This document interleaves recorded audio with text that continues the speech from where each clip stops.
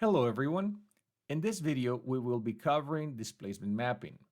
Now, displacement mapping is a technique we use in motion graphics to utilize the information from one layer to affect the shape of another layer, meaning we will use information such as lightness or colors to deform another asset. So how does that work? Well, in this case, what we want to do is we want to use that information to create a glitch looking effect. And we're going to use a combination of filters to do this. First thing we want to do is basically look at the footage that we have, and this is just some drone footage in San Francisco.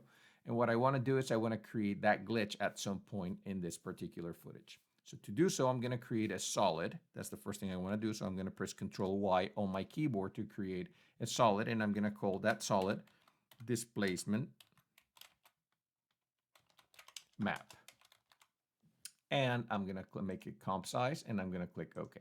So now that I have my displacement map layer, I want to use that. I want to use a filter to create that displacement information, the black and white information or dark and light information that I will use to displace the shape of that footage. So I'm going to use the fractal noise filter, which we have used in the past. So I'm going to filter out for it. And you'll notice that by default, it gives you that dust bunny look. So I want to use this to change it to create almost like scan lines, what you would see under a glitch on a TV. Not as thin as scan lines, but more like big rectangles, long rectangles. So what I want to do is I want to change my fractal type to max, and I want to change my noise type from soft linear to block. Now I got those blocks, and that works just well, but I need to make those blocks elongated. I need to make them wider. Before I do that, I also notice that this is pretty much gray. And that works because you have some highlights and some dark values, but I need more contrast. So I want to go ahead and increase my contrast significantly to say, let's say 200. And that gives me really, I mean, it makes all those light values pop. So I want to bring the brightness down to about, let's say, -30. And so that brings back some of those darks. You might want to bring that down a little bit more if you want to. You can play with those values as you see, as it fits your style, basically. Or where you're going for. Now I need to elongate those rectangles. Remember, you can transform the actual, let's call them particles that you're looking at on the screen by going under the transform and changing the scaling value. By default, they are together, they're uniform. So I want to go ahead and deactivate the uniform scaling, and I want to scale their width to about, let's say about 5,500. So that gives me those scan lines that I expected, or those rectangles. Now, I want you to take note of what this line looks like over here. In order to change the way this appears on the screen, we use the evolution value. So as you'll notice, as I change my evolution, I am getting thicker or thinner scan lines, and that's exactly what I want. However, as you notice, this line does not change position. And the reason for that is because that is controlled by the offset turbulence.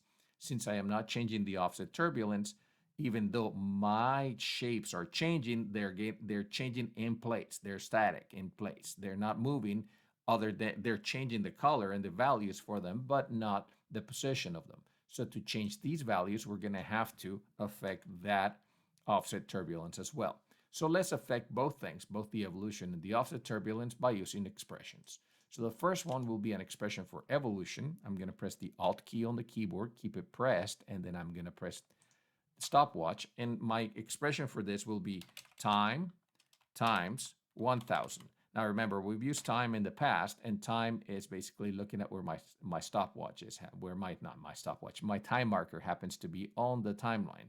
And then it's multiplying that value by 1,000 and adding it to the rotation value of evolution. Therefore, you get really a lot of motion out of that. Let me preview that really quick.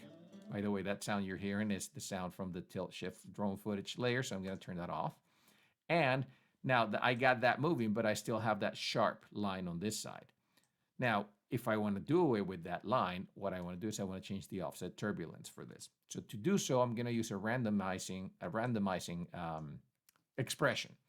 And I'm going to press the Alt key on the keyboard, click on the stopwatch, and I'm going to assign two values to this because it's looking for both X and Y information. So the first one will be X equals, and I'm going to use the same expression, time times, and here's where the random comes in. I'll type random, and I'm going to use random 100. So I'm going to be randomizing the position of this on the x-axis by 100 pixels. Then I'm going to use the exact same expression for y. Y equals time times random, and I'm going to use 100 again, semicolon at the end, and then I'm going to pass the values back to the filter. So to pass those values, remember, open up square bracket, and now I have the two variables that I just created. I just need to pass them back, x, comma, y.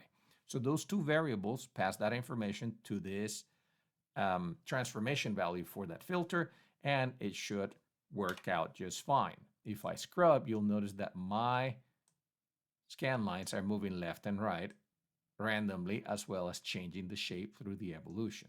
So that takes care of setting up my displacement map. My displacement map has been set up, and now I can use that information to distort what's below it. So let me turn it off, and let's go back to the tilt footage.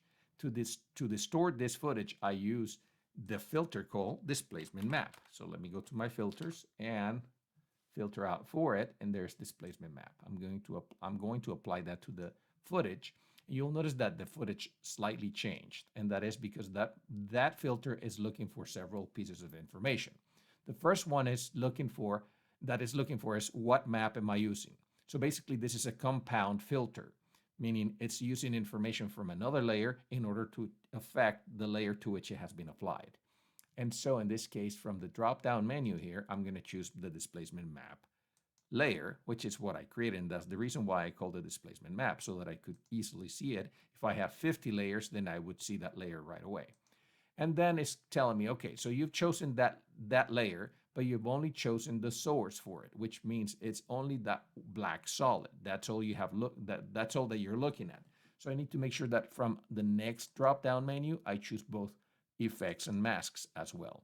And the reason for that is because now I'm looking at the actual effect, the actual displacement, the actual fractal noise that I had created. I'm using that information to distort my footage. And so I need to make sure that I take into account the effects and masks that have been applied to that particular layer. So with that done, what I want to choose then is to say, okay, what information from there do I want to apply to my layer here? Meaning, what channels of information are you looking at? Well, we changed the information we created was light and dark, meaning we are using either luminance or lightness. So luminance, remember, it refers to the light, to the amount of light value that there is in a piece of footage. Lightness refers to dark and light. So I'm going to use either luminance or lightness will work for both for these. So I'm going to use lightness for both of them. And then you control how much distortion you apply with these two values here, with a max horizontal and max vertical. So with that done, what I want to do is I want to create keyframes for this to start. Also notice that when I apply those values and as I increase them, I get some holes on the edges. And that is because I need to wrap my pixels around, so that basically that covers the entirety of the stage. Now, if you're looking at this and if you use a map that is smaller than the actual stage, it will only use that information. So if I had used a map that was half the size of the composition, that would be the only area that is affected. Everything else around it will not be affected, even if you pre-compose. Now, in order for it to actually cover the entire area with a pre-composition, you need to expand the size. You need to scale the value, the footage that you're using as a displacement map to cover the entirety of the composition, and then pre-compose. And then at that time, that will match visually what you're looking at on the screen that you're trying to affect. So with that said, let's go ahead and reset this to 0. Both of these to 0, so that I go back to normal. And then what I want to do is I want to use a piece of sound from Enemy of the State that I had already filtered out. And if you listen to this, there's a little glitching sound around here. So I want to use that glitching sound in order to create the glitch effect, or the visual, to accompany the visual of the glitch that I'm trying to create. So I'm going to use some markers here to determine where it starts and where it ends, which is around here. So let's work with those two values, and then we'll massage as necessary. Let me zoom in so we can see if it works. Yeah, that seems to be working. Maybe this is a little bit further up. With that done, what I want to do is I want to start affecting my glitching for my footage around here, around this point. So up to this point, the values for my glitching or my distortion map is what I should call it. My displacement map are 0. So I want to set my keyframes at 0 value here. And I want to press the U key on the keyboard to open up the keyframes on the layer. And I want to just go ahead and select those two, and I want to hold their value until the next keyframe. So I'm going to right click them, and I'm going to say toggle hold keyframe. So that creates hold values, which I've already explained in class what holding means for a keyframe. Then I'm just going to go ahead and change probably one value here right around the middle. I'm going to go ahead and increase and change this value, and then the vertical. So you'll notice that basically I'm going to get that kind of a look and feel, right? So I want that to happen, in between different frames. So what I'm saying is that you don't want to have this much space. This is almost half a second in between those two. So I want to actually only have a few frames in between those changes. So if I change that right there, actually I can even do it one frame after. And then that's going to contain that value for those for whatever changes I made here. Add that distortion to the amount of distortion that is being added from the displacement map, and you see the glitch happening. Now you want to maybe come back to 0 at the very end of the glitch. So let's go back here and enter a value of 0 for those two, and you'll notice that basically you have the glitching going on throughout all that time, and then it goes back to 0 at the point where you told it, okay, go back to 0 at the end of the sound of the glitch sound. So let's play this back. So now the glitch works out really well, but it's not really selling it for me.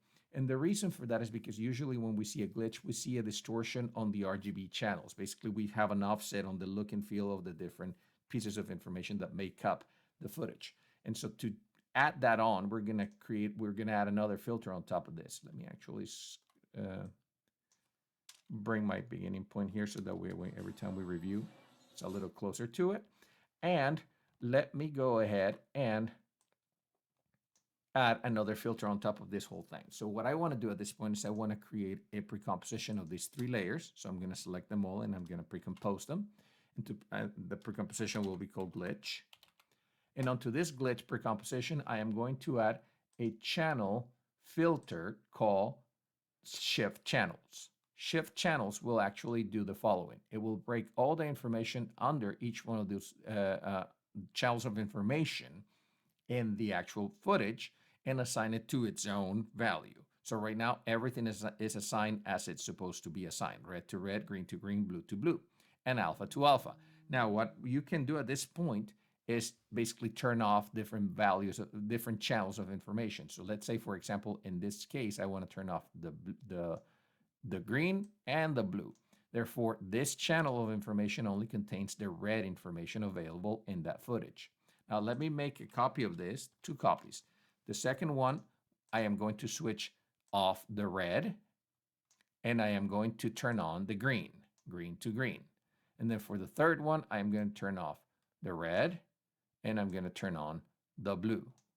So now I have blue, green, and red. I have broken up the different channels of information inside that particular footage. Basically, each channel has been assigned to its own layer. Now, in order for this to work, I'll follow the principles that we use in graphic design or when we go to print something, which is I need to screen all of those things on top of one another. So if I screen the 2 top layers onto the bottommost, let me switch their mode to screen, you basically bring back the actual information that you have in the video. So basically, you're now utilizing a principle of print in motion graphics. And the footage will match exactly as the original footage looked. So basically, you're using all the colors. You're actually just separating and screening each layer into one another. Now, with that information done, all I need to do really is offset the position of those values of the time at which they happen in order to create that little glitch, as you can see. So if I offset the value just slightly for these layers in time, basically you break apart those value the RGB information between those layers. So to do so, I'm going to use time remapping. So I'm going to go under layer, time, enable time remapping, and I'm going to set keyframes for time remapping for those two layers up here for the top layers and then at the end. So that's where my glitch starts and that's where it ends and that's where everything matches. In between, they just need to be offset by a couple of frames. So I'm going to go back to my 3-second mark, and I'm just simply going to go down one frame, only one frame, as you can see. And then I'm going to change the values for the top one from 301 to, let's say, 300. So I'm going to bring it back one, and then the other one to say 302. So now I have basically offset all of them by one frame. And what happens is you now get the distortion with the color break. So let's take a look at this.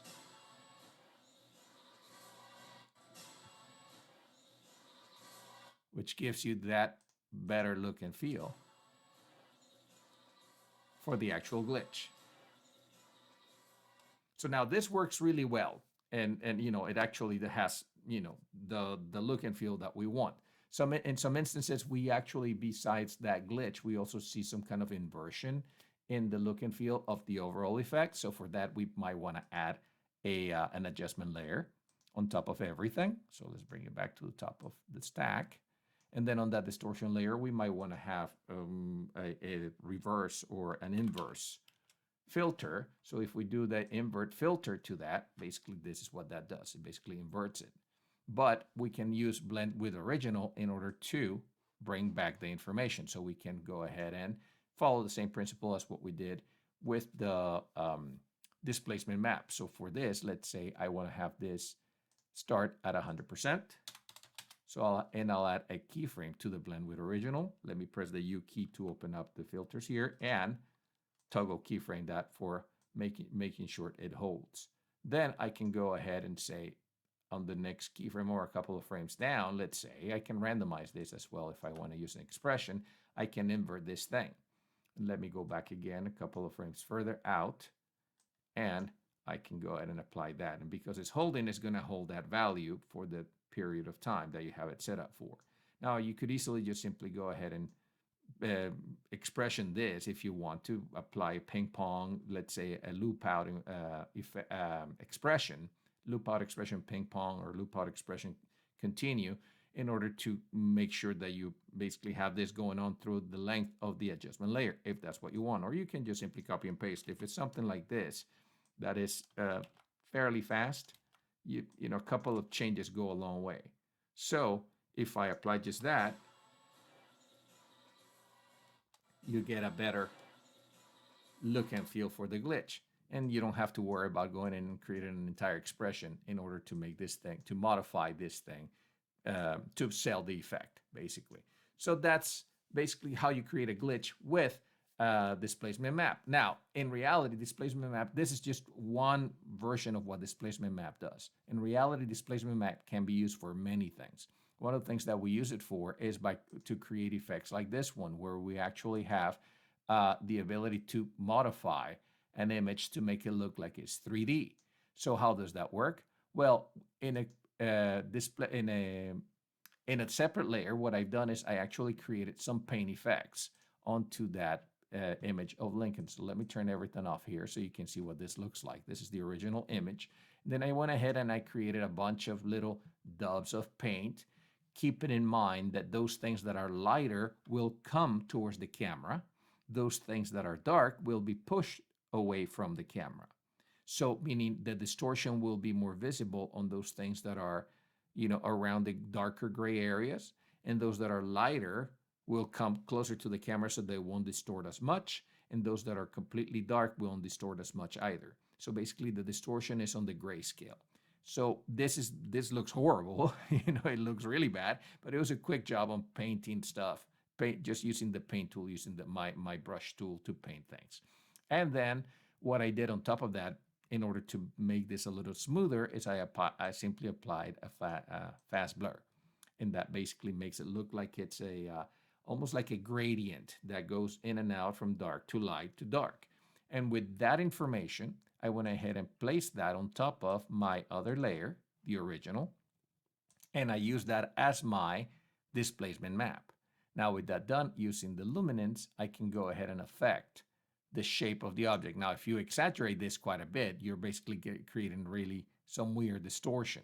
So this gets you a, a ways into creating those 3D effects for images, but not too far. However, it does give you quite a range. I mean, if you're looking at the values here, I'm now at -10 on the values for max distortion on the horizontal. Let me open up the values for this. So let's say that is -10. And I have this to be, let's make it move to the right. Let me actually turn off the vertical displacement really quick. Make it 0. And let me change the value for distortion from where I was, which is -10, to, let's say, +10, which is about 20 pixels of change that gives you quite the effect. It actually gives you the sensation that the thing is turning, that the head is turning. Watch.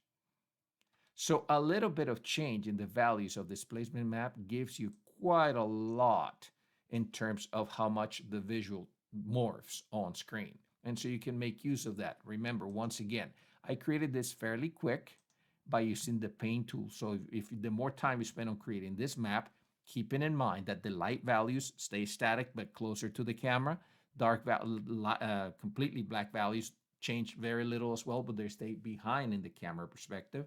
Anything in the gray area, the darker, the further away it is, the lighter, the closer it is to the camera, and the amount of distortion applies to it respectively. So keep that in mind while you're creating this mapping, and you don't have to do this here. You can do it in Photoshop if you find that easier to paint in Photoshop. Then bring that map as a layer. Remember that they need to match. Your map needs to match. Your mapping layer needs to match in size, the map size of whatever, the size of whatever you're working on, meaning your comp size. And then you can apply the displacement map for creating, effects like this. So there is more use to displacement map than just glitches. You can actually use them for a lot of other things that actually give you quite a lot of flexibility. Another quick example could be to create water ripples on something.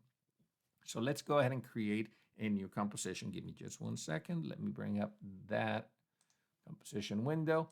And then I'm going to place in this composition this water footage. Now, this is an example of where something is very small. And if I needed to use that information for a displacement map, my first inclination would be like, okay, let's make it big and let's make it match. Okay, so let's try that.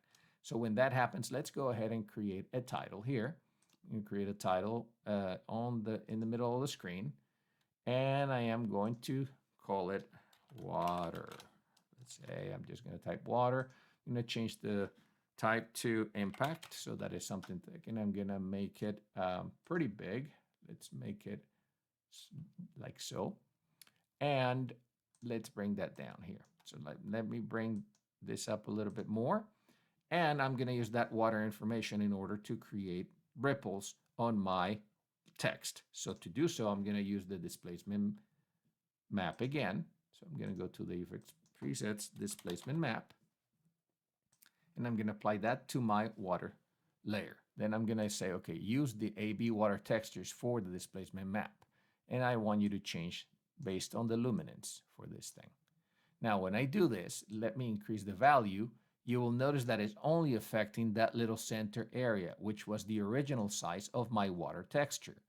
So what happens to these areas here? Well, the map is already matching the entire screen, like I said, but is it really? No, it's not. If you look at the values for scaling, I distorted this by scaling it. The original footage, which is what that filter is looking at, is not looking at the scaling value. It's looking at the actual size of the footage. So what I want to do at this point is I want to pre-compose this guy. So let me go ahead and select that scaled up thing, Control-Shift-C, and I want to move all attributes into the new composition, and I want to call this layer displacement map, and then I'll click OK. Now, when I do that and I go back to water and I make sure that it's looking at the displacement map, the entirety of my text is changed because now the precomposition makes sure that the expanded, the scaled up value of the water is actually affecting the entire composition. And so now when I do that, I can see now that the ripples are affecting the way the distortion value for my water here. So let's go ahead and don't over exaggerate this one. Let's make it about 20 and 20, or a little bit more perhaps, 40 and 40. And I want to change the mode under my text to, let's say, overlay. And so now that text looks like it's inside under the water because it's being morphed by the little ripples of water that are flowing on top of it. So as you can see, this is what I meant by making sure that your displacement map actually matches the size of the composition or the area that you're trying to affect. And if it's smaller, you can always use precomposing in order to resize the thing and use all the information to affect the layer that you're trying to displace.